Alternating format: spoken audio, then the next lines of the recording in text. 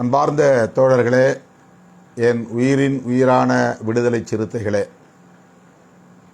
அனைவருக்கும் வணக்கம். திட்டமிட்டவாறு திருச்சிராப்பள்ளியில் மதச்சார்பின்மை காப்போம் பேரணி வெற்றிகரமாக நடந்தேறியுள்ளது. இந்த பேரணியை வெற்றி பெறச் செய்த என் உயிரின் உயிரான விடுதலை சிறுத்தைகள் அனைவருக்கும் எனது மனம் நிறைந்த பாராட்டுகளையும் நன்றியையும் உரித்தாக்குகிறேன்.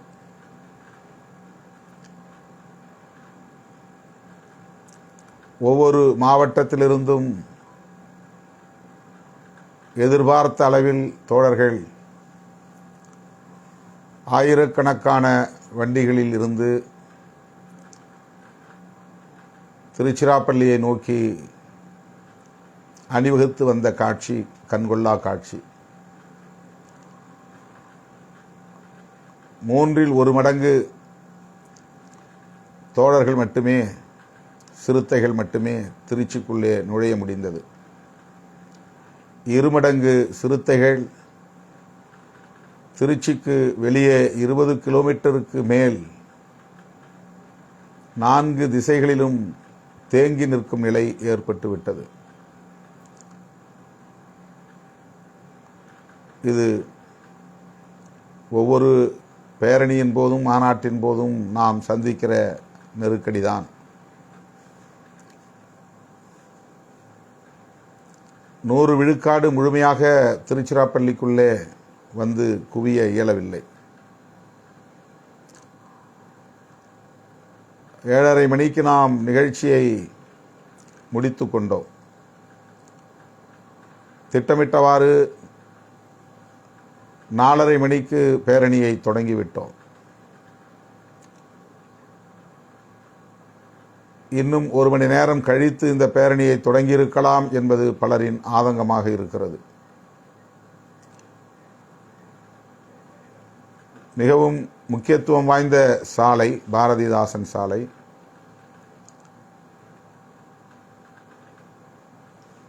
அந்த சாலையில் சிறுத்தைகளுக்கு ஏன் அனுமதி வழங்கினீர்கள் என்று நம்முடைய கொள்கை பகைவர்கள் திருச்சி மாநகர காவல்துறையை கண்டித்திருக்கிறார்கள்.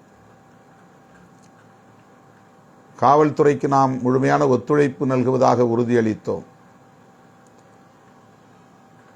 4 மணிக்கு தொடங்கி 7 மணிக்கு முடித்து விடுவோம் என்று உறுதியளித்ததன் அடிப்படையில் ஊர்வலம் செல்லுகிற பாதையின் தூரத்தையும் குறைத்து கொண்டோம்.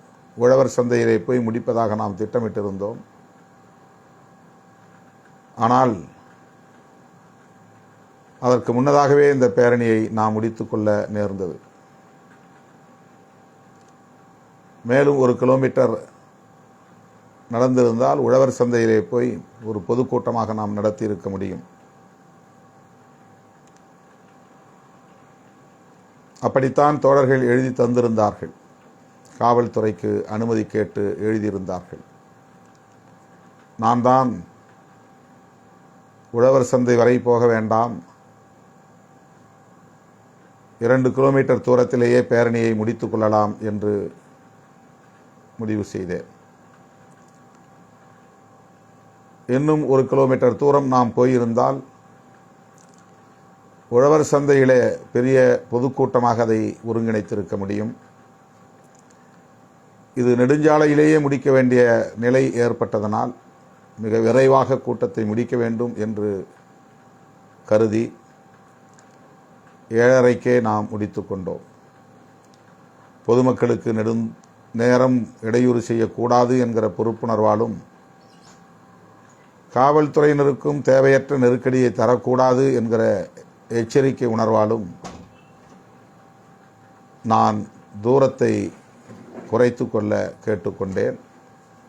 அப்படி ஒரு முடிவை எடுக்க நேர்ந்தது. அதேபோல நெடுநேரம் ஒரே இடத்திலே குவிந்திருக்கக்கூடாது, நாம் மெல்ல நகர்ந்தால் ஆங்காங்கே வந்து கொண்டிருக்கிற தோழர்கள் நம்மோடு இணைந்து கொள்வார்கள் என்கிற நிலையில்தான் சரியாக 4:20க்கு நாம் பேரணியை தொடங்கிவிட்டோம்.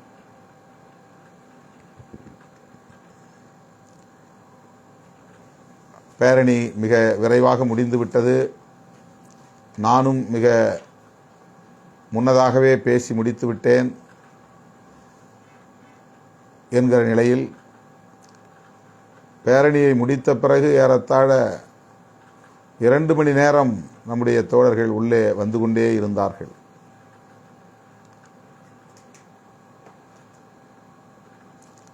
போக்குவரத்து நெரிசலை சரி செய்வதற்கு பல மணி நேரம் எடுத்துக்கொண்டது என்று காவல்துறையினர் குறிப்பிட்டார்கள்.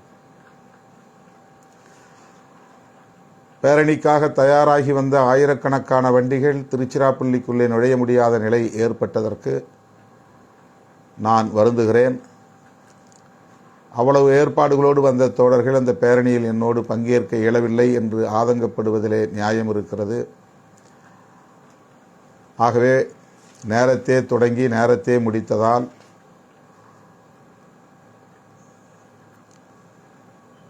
பேரணியில் பங்கேற்க முடியாத ஒரு சூழலுக்கு ஆளான தோழர்கள் இன்னும் ஆதங்கப்பட்டு என்னிடத்திலே தொலைபேசியில் பேசிக் கொண்டிருக்கிற சூழலில் அவர்களுக்கு நான் மீண்டும் ஒரு முறை என்னுடைய வருத்தத்தை தெரிவித்துக் கொள்கிறேன்.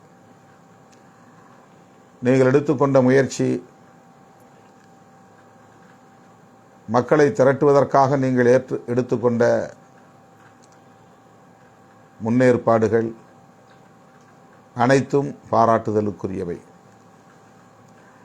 மே 31ஆம் தேதி நடைபெறுவதாக அறிவிக்கப்பட்ட இந்த பேரணி ஜூன் 14ஆம் தேதிக்கு தள்ளி வைத்தது உங்களுக்கான கால அவகாசம் தர வேண்டும் என்கிற நோக்கில்தான்.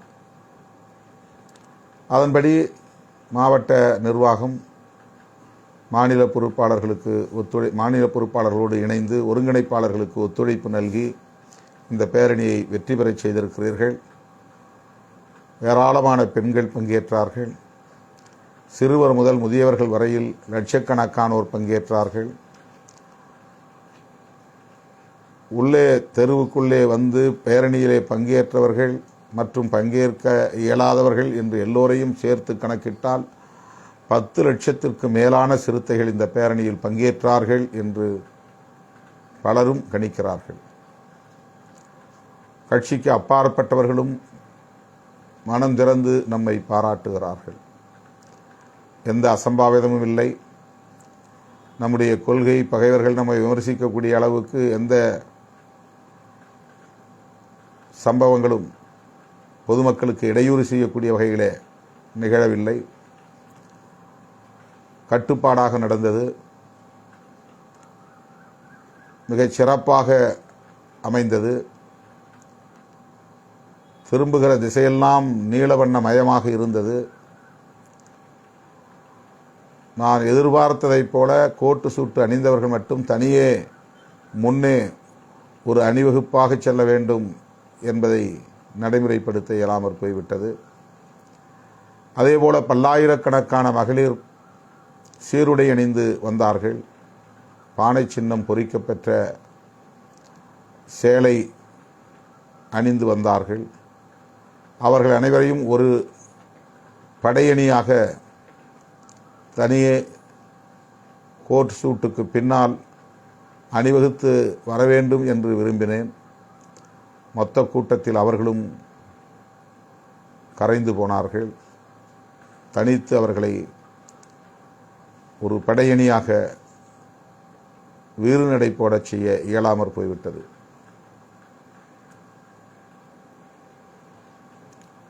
அந்த பேரணியில் பங்கேற்றவர்கள் 80 விழுக்காடு இளைஞர்கள்.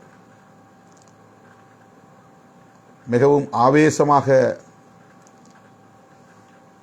மொத்த பயணமும் அந்த பேரணியின் தொடக்கத்திலிருந்து முடிகிற வரையில் மொத்த பயணமும் மிக ஆவேசமாக அமைந்திருந்ததை காண முடிந்தது. விடுதலை சிறுத்தைகள் கட்சியின் வரலாற்றில் இது ஒரு மைல்கல். தமிழக அரசியலில் இது ஒரு திருப்பு முனை. இந்திய அரசியலில் இது மிக பெரும் தாக்கத்தை ஏற்படுத்தக்கூடிய உரையாடலை உருவாக்கக்கூடிய ஒரு மகத்தான பதிவு. நான் அழைப்பு விடுக்கும் போதெல்லாம் அதனை வெற்றிகரமாக நடத்தி முடித்து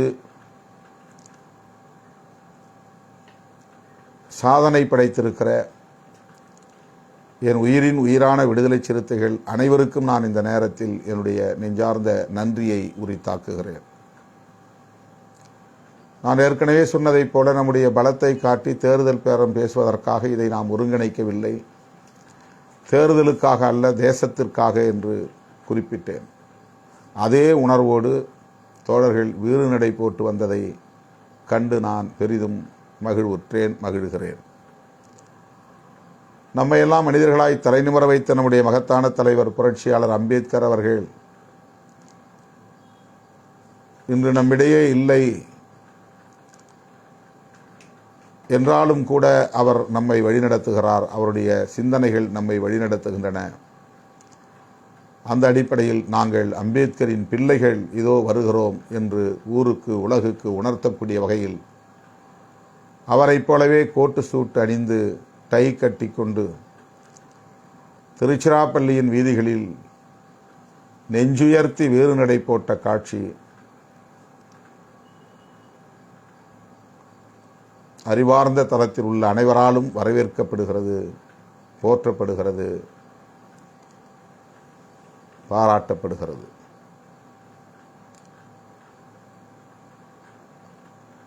நான் மேடையிலே சொன்னதைப் போல, மண்டல வாரியாக நடைபெற்ற நிகழ்வுகளில் குறிப்பிட்டதைப் போல, ஆடு மாடு மேய்க்கிற தம்பிகள், கட்டிட வேலை செய்யக்கூடிய தம்பிகள், வாகனங்களை ஓட்டுகிற ஓட்டுநர்களாக இருக்கிற தம்பிகள் என்று பாட்டாளி வர்க்கத்தை சார்ந்த தோழர்கள் அனைவரும், உடல் உழைப்பு களத்திலே நிற்கிற தோழர்கள் அனைவரும் இந்த பேரணியில் கோட்டு சூட்டணிந்து தலை நிமிர்ந்து வீறு நடை போட்ட காட்சி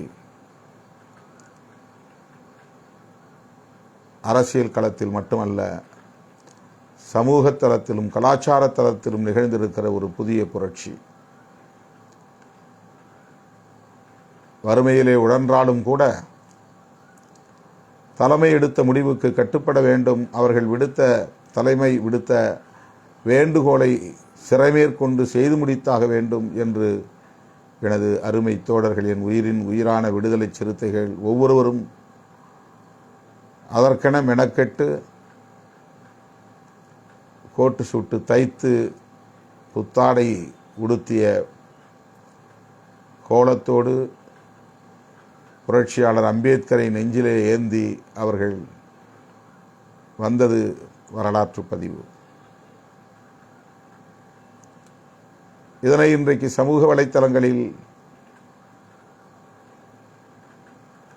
அறிவார்ந்த தளத்தில் பணியாற்றக்கூடிய அனைவருமே வரவேற்று பாராட்டி கொண்டிருப்பதை எண்ணி நான் பெருமைப்படுகிறேன், மகிழ்ச்சி அடைகிறேன். தோழர் பெருமாள் மணி தொலைபேசியிலே தொடர்பு கொண்டு அந்த உடை அரசியல் குறித்த கருத்துக்களை பகிர்ந்து கொண்ட போது எனக்கு அது பெரிதும் ஊக்கமளிப்பதாக இருந்தது. இந்த இயக்கம் எப்படி கருத்தியல் தளத்திலே வளர்ச்சி பெற்று வருகிறது, வலிமை பெற்று வருகிறது என்பதை அவர் சுட்டிக்காட்டினார். எந்த கட்சியையும் சாராதவர், சமூக தளங்களில், சமூக வலைத்தளங்களில் கருத்துக்களை பகிர்ந்து கொள்ளக்கூடிய ஒரு தோழர். இது ஒரு பானை சோற்றுக்கு ஒரு சோறு பதம் என்பதைப் போல அறிவார்ந்த தளத்தில் பணியாற்றக்கூடியவர்கள் நமக்கு அளித்திருக்கிற ஒரு சான்று. ஆகவே என்னுடைய வேண்டுகோளை ஏற்று கோட்டு சூட் அணிந்து கொண்டு என்னுடைய அழைப்பை ஏற்று திருச்சிராப்பள்ளிக்கு வந்து குவிந்து தமிழக அரசியலின் கவனத்தை ஈர்த்து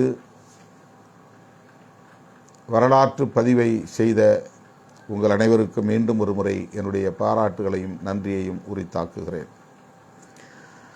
இந்த பேரணி வெற்றிகரமாக நடந்தேறுவதற்கு நாம் பல குழுக்களை அமைத்தோம். அந்த குழுக்களை நான் இந்த நேரத்தில் இந்த குழுக்களை சார்ந்த தோழர்களை பாராட்டவும் நன்றி சொல்லவும் கடமைப்பட்டிருக்கிறேன்.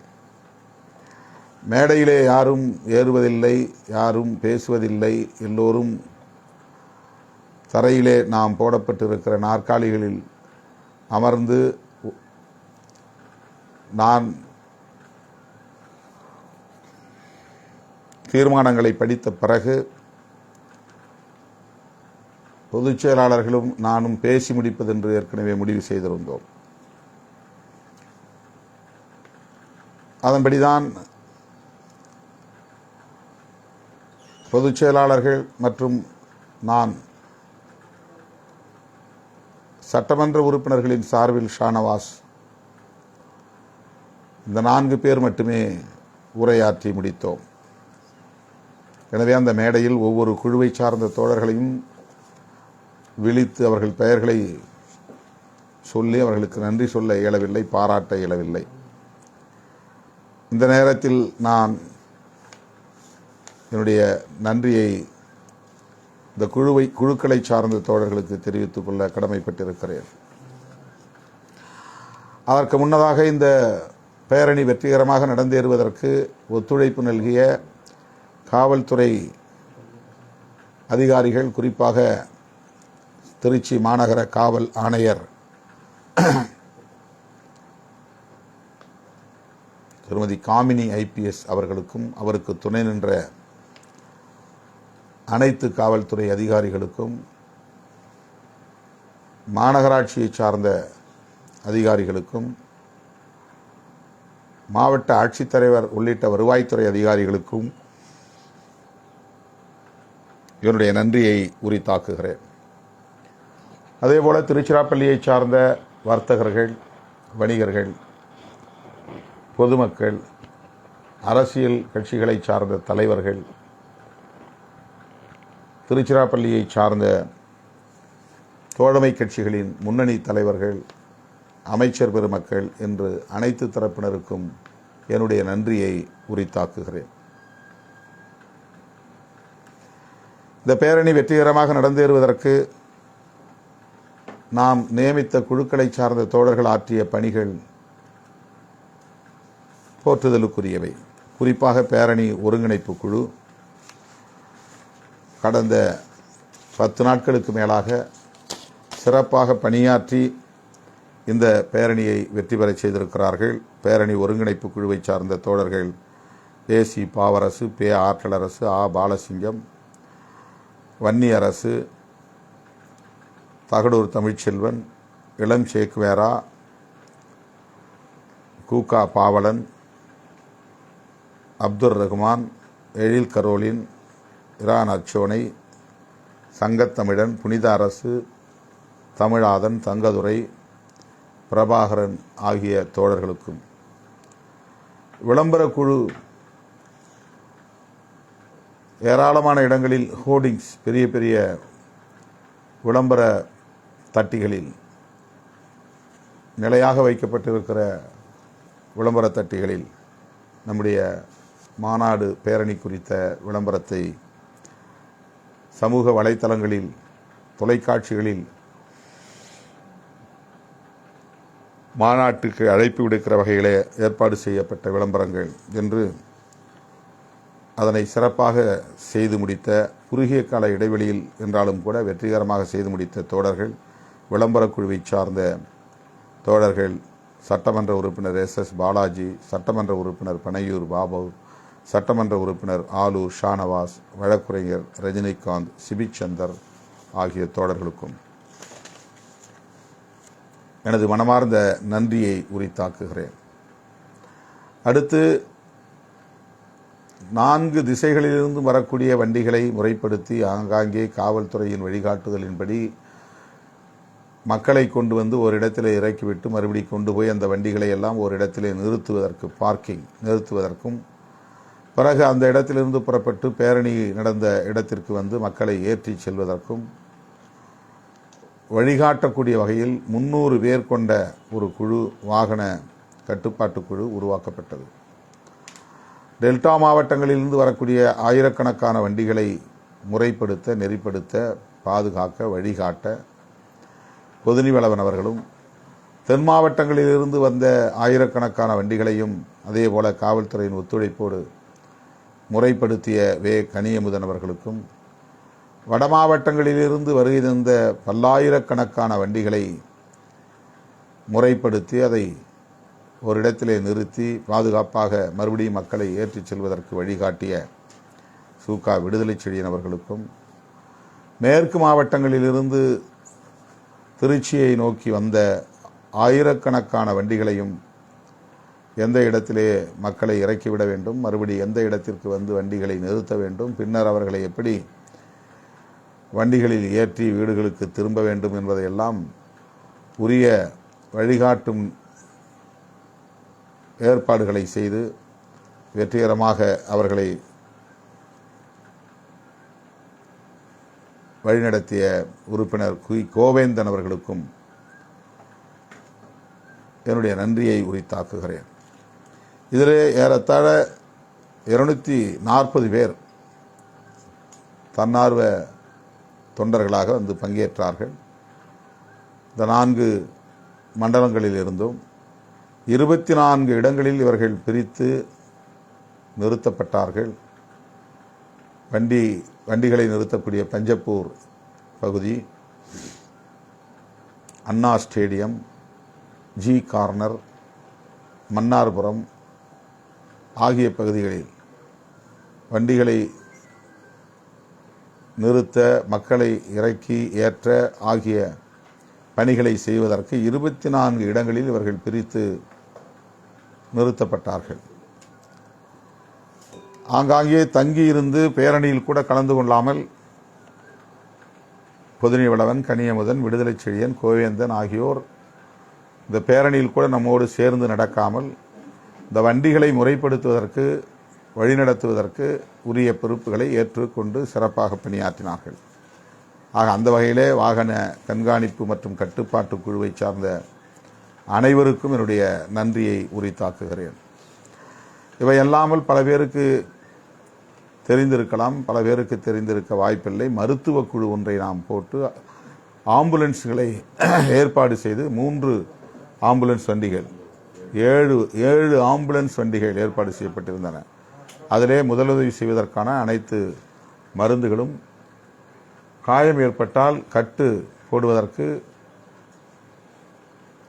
மற்றும் இதர ஊசி மருந்து போன்றவற்றை எல்லாம் தயார் செய்து வைத்திருந்த மருத்துவர் குழு, மருத்துவர் சேகர், மருத்துவர் ஜான் பூபதி, மருத்துவர் முரளி ஆகியோர் முன்னெடுத்து இந்த பெரும்பணியை, அரும்பணியை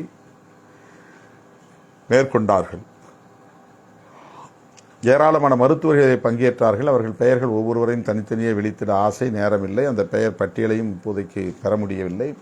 அந்த குழுவிலே இடம்பெற்ற மருத்துவர் சேகர், மருத்துவர் ஜான் பூபதி, மருத்துவர் முரளி ஆகியோருக்கு என்னுடைய நெஞ்சார்ந்த பாராட்டுகளையும் நன்றியையும் தெரிவித்துக் கொள்கிறேன்.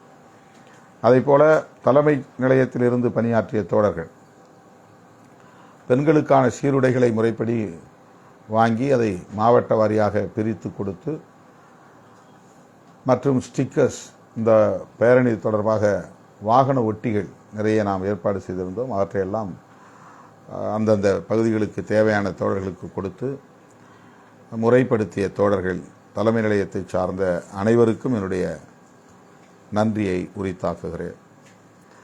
அதேபோல மாவட்ட நிர்வாகத்திற்கு முழுமையாக ஒத்துழைப்பு நல்கிய ஒன்றிய நகர பொறுப்பாளர்கள் மற்றும் அந்த பகுதியைச் சார்ந்த மாநில பொறுப்பாளர்கள், மேலிட பொறுப்பாளர்கள், அதாவது ஒருங்கிணைப்பாளர்கள் அனைவருக்கும் என்னுடைய நன்றியை உரித்தாக்குகிறேன்.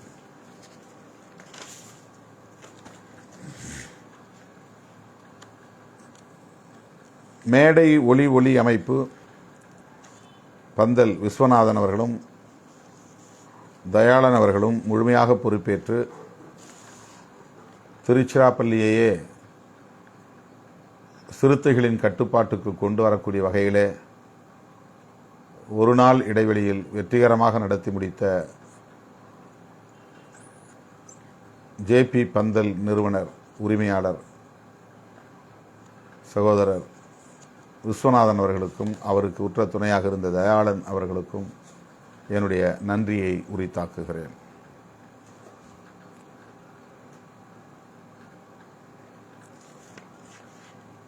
அதேபோல அந்த களத்தில் நின்று பணியாற்றிய திருச்சி மாநகர பொறுப்பாளர்கள், எல்லா மாவட்டங்களைச் சார்ந்த தோழர்கள் பணியாற்றினாலும் கூட பேரணி நடந்தது திருச்சி மாநகரம். ஆகவே அந்த திருச்சி மாநகரத்தில் அந்த களத்தில் நின்று பணியாற்றிய மாநகர் மாவட்ட செயலாளர்கள் லாரன்ஸ், உரு அன்புச்செல்வன், வரதராஜன், ஆற்றலரசு ஆகிய தோழர்கள் மற்றும் கிட்டு உள்ளிட்ட மாநில பொறுப்பாளர்கள் அந்த பகுதியிலே நின்று பணியாற்றிய, குறிப்பாக அந்த களத்திலே நின்று பணியாற்றிய அந்த முன்னணி தோழர்களுக்கும் இந்த நேரத்தில் என்னுடைய நன்றியை தெரிவித்துக் கொள்கிறேன். பெயர்கள் விடுபட்டிருந்தால் பொறுத்தருள வேண்டுகிறேன். இது நன்றி சொல்லும் நிகழ்ச்சி. ஊடக ஒருங்கிணைப்பு குழு சஜன்பராஜ், வெளிச்சம் பிரவீன், எழிலிமையன் மற்றும் லைவ் கார்த்திக், குமார், ஈஸ்டர் ஆகிய தம்பிகளுக்கும் இந்த நேரத்தில் என்னுடைய நன்றியை உரித்தாக்குகிறேன். அருமை தோழர்களே, நன்றி சொல்ல புறப்பட்டால் ஒவ்வொருவருக்கும் தனித்தனியே நான் சொல்ல வேண்டும். ஒவ்வொருவருடைய பங்களிப்பும் மகத்தானது. ஒவ்வொருவரும் அவரவர் வலிமைக்கு ஏற்ப மிகச் சிறப்பாக பணியாற்றியதன் விளைவாகத்தான் அனைவரின் கவனத்தையும் ஈர்க்கக்கூடிய வகையில் மிகச்சிறந்த ஒரு பேரணியை, அரசியல் களத்தில் அதிர்வுகளை ஏற்படுத்திய பேரணியை நாம் நடத்தி முடித்திருக்கிறோம். செக்யூலரிசம் என்பது என்ன என்பதை இன்றைக்கு நாட்டு மக்களுக்கு நாம் உணர்த்தியிருக்கிறோம். புரட்சியாளர் அம்பேத்கர் அவர்கள் எந்த நோக்கத்தின் அடிப்படையில் அதனை இங்கே ஒரு கோட்பாடாக முன்னிறுத்தினார், இந்த அரசுக்கு ஒரு மதம் வேண்டாம், நாட்டுக்கு ஒரு மதம் தேவை, நாட்டுக்கு மத அடையாளம் தேவையில்லை என்கிற அடிப்படையிலே அவர் இயங்கியதை இன்றைக்கு மிகப்பெரிய ஒரு தாக்கத்தை ஏற்படுத்தக்கூடிய வகையிலே இந்த பேரணியை நாம் நடத்தி முடித்திருக்கிறோம். 2 முக்கியமான செய்திகளை இந்த பேரணியின் மூலம் நாம் மக்களுக்கு சொல்லியிருக்கிறோம். ஒன்று, மதம் என்பது மக்களுக்கானது, அரசுக்கானது அல்ல. அடுத்து, மதச்சார்பின்மை என்பது ஒரு மதத்திற்கு ஆதரவாக செயல்படுவது கூடாது என்பது மட்டுமல்ல, எந்த ஒரு மதத்திற்கும் எதிராக செயல்படக்கூடாது என்பதும் முக்கியமானது. இதை இந்த பேரணியின் ஊடாக நாம் உறுதிப்படுத்தி இருக்கிறோம். அடுத்து, வக்ஃபு திருத்தச் சட்டமாக இருந்தாலும் குடியுரிமை திருத்தச் சட்டமாக இருந்தாலும் இவை முஸ்லீம்களுக்கு எதிரானவைதான் என்றாலும் முஸ்லீம்களுக்கு மட்டுமல்ல, அடிப்படையில் உள்ளீடாக பார்த்தால் அரசியலமைப்பு சட்டத்திற்கு எதிரானது என்பதை இன்றைக்கு நாம் உறுதிப்படுத்தி இருக்கிறோம். ஆகவே இந்த பேரணி மூலமாக நாம் நாட்டு மக்களுக்கு சொல்ல விரும்பிய செய்தியை மிகப்பெரிய அளவில் மிக அழுத்தமாக நாம் பதிவு செய்திருக்கிறோம். இந்த பேரணியை வெற்றி பெறச் செய்த உங்கள் அனைவருக்கும் என்னுடைய நன்றியை சொல்லுகிற அதே வேளையில், மகிழ்வை பகிர்ந்து கொள்ளுகிற அதே வேளையில், நாம் துக்கத்தையும் பகிர்ந்து கொள்ள வேண்டிய ஒரு நிலை. அந்த பேரணியில் பங்கேற்பதற்காக சிதம்பரம் காட்டுமன்னார்குடி வட்டம் எய்யலூர் கிராமத்திலிருந்து பொதுமக்களோடு வண்டியில் வந்த தம்பி பிரபாகரன், திருமணமாகாத இளைஞர், ஸ்ரீரங்கம் அருகே வந்தபோதே, வண்டியில் இருக்கிற போதே நெஞ்சுவலி வந்து அருகே இருந்த ஒரு தனியார் மருத்துவமனையில் அனுமதிக்கப்பட்டிருக்கிறார். ஆனால் அவர் காலமாகிவிட்டார் என்பது மருத்துவர்கள் பார்த்த பிறகு உறுதிப்படுத்தப்பட்டிருக்கிறது. 29 வயதில் அவருக்கு மாரடைப்பு ஏற்பட்டு காலமாகும் ஒரு துயரம் நிகழ்ந்தது. வேறு எந்த அசம்பாவிதங்கள் நடைபெறவில்லை என்கிற மகிழ்ச்சியில் நாம் இருந்தபோது தம்பி பிரபாகரன் காலமாகிவிட்டார் என்பதை அறிந்து தாங்க முடியாத வேதனைக்கு தள்ளப்பட்டேன். அடுத்த நாள் சிதம்பரம் சென்று காட்டுமன்னார்குடி அருகே உள்ள எய்யலூருக்கு சென்று தம்பி பிரபாகரனின் குடும்பத்தினருக்கு ஆறுதல் சொல்லிவிட்டு கட்சியின் சார்பிலே 2,20,000 ரூபாய் அவர்களுக்கு இழப்பீட்டுத் தொகையாகவும் நாம் வழங்கினோம். மேலும் அந்த தம்பியின் நினைவு நாள் கூட்டத்தை, படத்திறப்பு கூட்டத்தை விரைவில் நடத்த இருக்கிறோம் என்பதையும் அறிவித்திருக்கிறோம். அதே பேரணியில் பங்கேற்றுவிட்டு வீடு திரும்புகிற போது வழியிலே பெரம்பலூர் அருகே நெஞ்சுவலி ஏற்பட்டு ஆத்தூர் மருத்துவமனையில் போய் அனுமதிக்கப்பட்டிருக்கிறார். நகர துணைச் செயலாளர், ஆத்தூர் நகர துணைச் செயலாளரின் தாய் அன்னை ராமசுந்தரி அவர்கள் மருத்துவமனையில் அனுமதிக்கப்பட்டவுடன் அவர் காலமாகிவிட்டார் என்ற தகவல் வந்திருக்கிறது. அவர் பேரணியெல்லாம் முடிந்து வீடு திரும்புகிற போது பெரம்பலூரை தாண்டி செல்லுகிற நிலையில் இது நிகழ்ந்திருக்கிறது. தம்பி பிரபாகரன் காலமானதைப் போல ராமசுந்தரி அவர்களும் காலமானார் என்கிற துக்கம் நம்மை மிகவும் வருத்துகிறது. ராமசுந்தரி அவர்களின் குடும்பத்தினருக்கு இந்த நேரத்தில் நான் எனது ஆழ்ந்த இரங்கலை தெரிவித்துக் கொள்கிறேன். விரைவில் அவருடைய குடும்பத்தினரை சந்தித்து ஆறுதல் சொல்ல இருக்கிறேன் என்பதையும் தெரிவித்துக் கொள்கிறேன். பிரபாகரன் அவர்களுக்கும் ராமசுந்தரி அவர்களுக்கும் இந்த நேரத்தில் லட்சோபலட்சக்கணக்கான விடுதலை சிறுத்தைகளின் சார்பில் எனது செம்மாந்த வீர வணக்கத்தை செலுத்துகிறேன். அவர்களை இழந்து வாடுகிற குடும்பத்தினர் அனைவருக்கும் எனது ஆழ்ந்த இரங்கலையும் தெரிவித்துக் கொள்கிறேன்.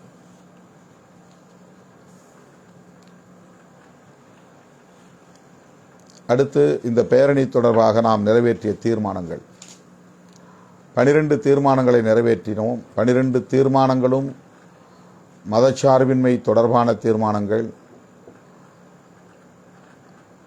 அரசியல் அரங்கை கூர்மையாக கவனிக்க வைத்த தீர்மானங்கள். அந்த தீர்மானங்களை நாம் விலக்கி ஆங்காங்கே பொதுக்கூட்டங்களை நடத்த வேண்டும். வழக்கமாக நாம் மாநாடுகளில் நிறைவேற்றுகிற தீர்மானங்களை விலக்கி தீர்மான விளக்க பொதுக்கூட்டம் நடத்துவதுண்டு. அதேபோல இந்த பேரணி முடிந்துவிட்டது, நமது கடமை முடிந்துவிட்டது என்று கருதாமல் இந்த பேரணியில் நிறைவேற்றப்பட்ட தீர்மானங்களை விலக்கி கட்சியின் முன்னணி பொறுப்பாளர்களை அழைத்து பேச வைக்க வேண்டும். பேச்சாற்றல் உள்ள முன்னணி தலைவர்கள் ஏராளம் நமது கட்சியில் இருக்கிறார்கள். அவர்களை ஒரு கூட்டத்திற்கு ஒருவர் என்கிற முறையிலே முன்பதிவு செய்து அழைத்து ஆங்காங்கே மக்களை திரட்டி இந்த தீர்மானங்களை விளக்கி பேச வேண்டும். தீர்மானங்களின் மூலம் நாம் முன்வைக்கக்கூடிய அரசியல் மக்களுக்கு போய் சேர வேண்டும். எனவே இந்த மாநாட்டை வெற்றிகரமாக நடத்தி தந்த மாவட்ட மாநில பொறுப்பாளர்கள் வாய்ப்புள்ள இடங்களிலெல்லாம் இந்த தீர்மான விளக்க பொதுக்கூட்டங்களை உடனே ஏற்பாடு செய்ய வேண்டும் என்று கேட்டுக்கொள்கிறேன். இந்த வாகனங்களை முறைப்படுத்துகிற தன்னார்வ பணியில் ஈடுபட்ட தோழர்கள் அனைவருக்கும் விரைவில் பாராட்டுச் சான்றிதழ் தலைமையகத்தில் வழங்கப்படும். தேதி பின்னர் அறிவிக்கப்படும். தோழர்கள் 240 பேரும் தவறாமல் அந்த நிகழ்விலே வந்து பங்கேற்க வேண்டும் என்று கேட்டுக்கொள்கிறேன்.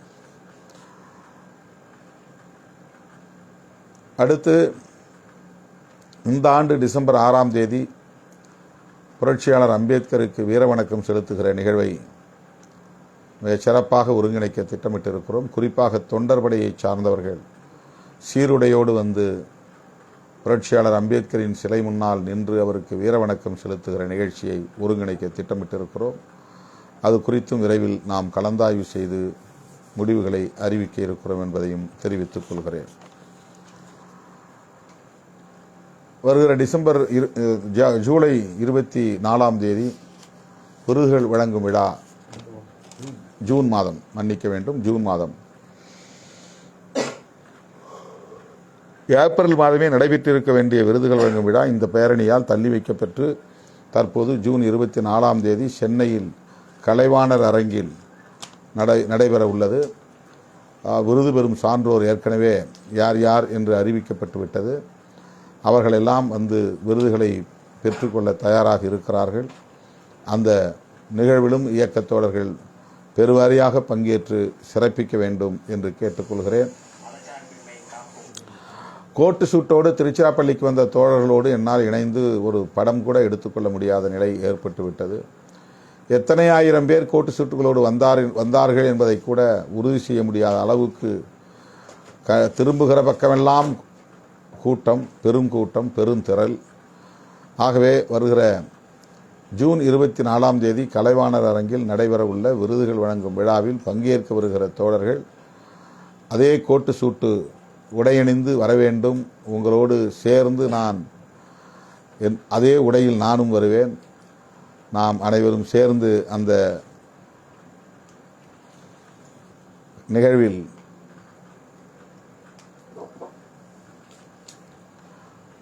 பங்கேற்போம், கோட்டு சூட்டு உடையுடன் பங்கேற்போம் என்பதை தெரிவித்துக் கொள்கிறேன்.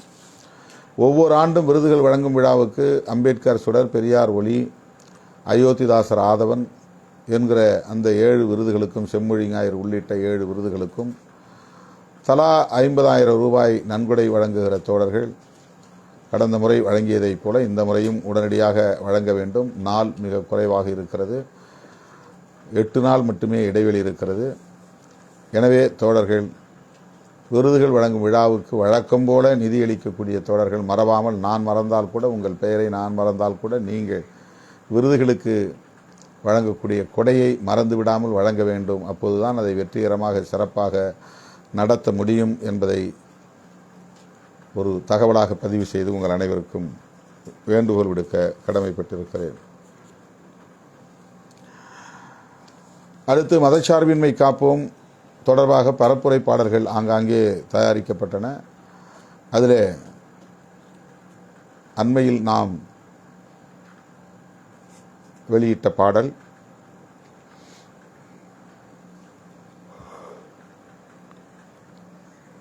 திரைப்பட பாடலாசிரியர், மக்கள் கவிஞர் கபிலன் அவர்கள் எழுதிய பாடல்.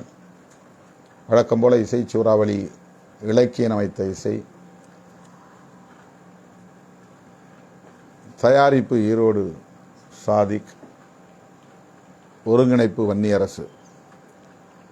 அதேபோல அண்ணன் கவிஞர் இளமாறன் வரிகளில், நந்தா இசையில், கருணா குரலில் மிக சிறந்த ஒரு பாடல் வெளிவந்தது. அதேபோல தம்பி ஆற்காடு கானா கவி,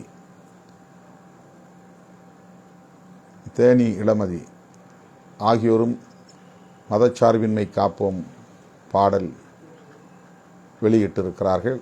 அந்த குழுவை சார்ந்தவர்களுக்கும் என்னுடைய நன்றியை உரித்தாக்குகிறேன்.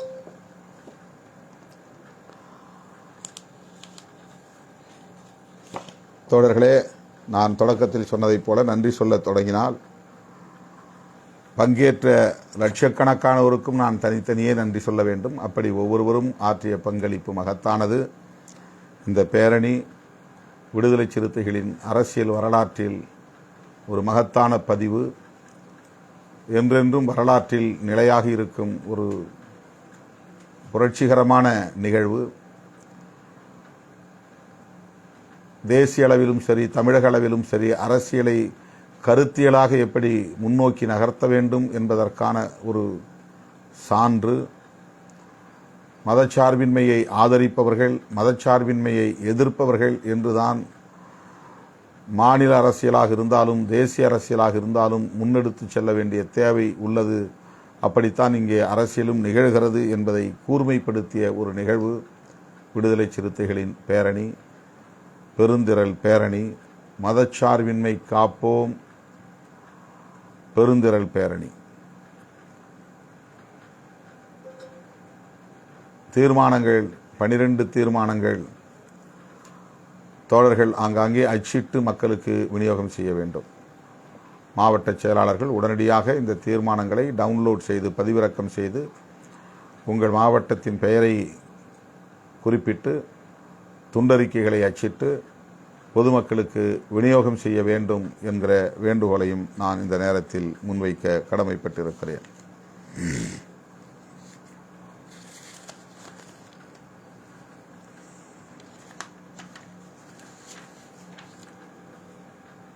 தீர்மான விளக்க பொதுக்கூட்டங்களுக்கு கட்சியில் உள்ள முன்னணி தோழர்கள், துணை பொதுச் செயலாளர்கள், அமைப்புச் செயலாளர்கள், பொதுச் செயலாளர்கள் ஆகியோரை அழைத்து பொதுக்கூட்டங்களை நடத்த வேண்டும்.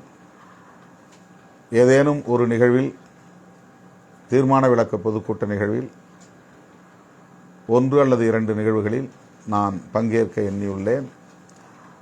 அதற்கு உரிய அறிவிப்பை விரைவில் செய்வோம் என்பதையும் இந்த நேரத்தில் தெரிவித்துக் கொள்கிறேன்.